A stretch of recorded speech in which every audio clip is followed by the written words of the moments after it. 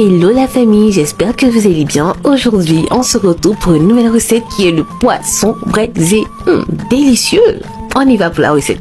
Alors, j'ai sorti mon poisson du congélateur. Ensuite, j'ai nettoyé mon poisson. Alors, si vous êtes intéressé par la vidéo de comment nettoyer son poisson, dites-moi ça en commentaire. Ensuite, j'ai rincé mon poisson avec du vinaigre et de l'eau.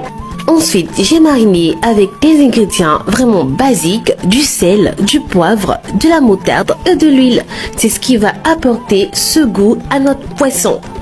Ensuite, on va faire des incisions et on va venir mariner notre poisson.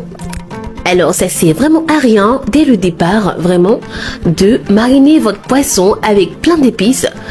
Prenez juste du sel, mettez bien dans la chair et vous allez voir que votre poisson va avoir de la saveur. On s'attaque à la marinade. Oui, cette marinade, franchement, c'est une tuerie. Vous pouvez la prendre pour faire vos oignons, votre poisson, votre piment. Une dinguerie. Alors, on a pris l'oignon, la tomate, le piment, le poivron, le persil et l'ail, bien entendu. Ensuite, on va mettre tout ça dans une casserole et on va ajouter 2 sachets de pâte de tomate pour la quantité que moi j'ai pris en tout cas. Ensuite, on va mettre ça à réduire au feu. Ensuite, je vais m'attaquer à mon poisson. Alors, je vais cuire mon poisson en 2 étapes. Celle-ci est la première étape. Alors, je vais cuire comme ça à feu doux jusqu'à ce que ce soit bien pour moi.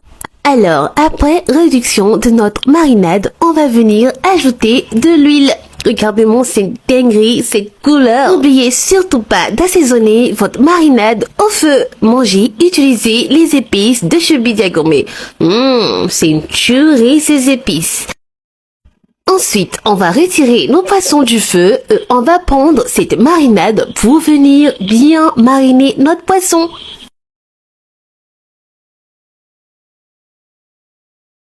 Et on va terminer notre deuxième partie de cuisson. Alors, il faut cuire le poisson à feu doux.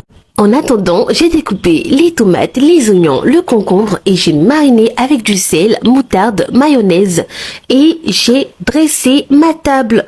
Alors, si tu as aimé la recette, n'hésite surtout pas à t'abonner, à partager, à commenter, à liker et je vous fais beaucoup de bisous pour la prochaine recette. À bientôt, ma team.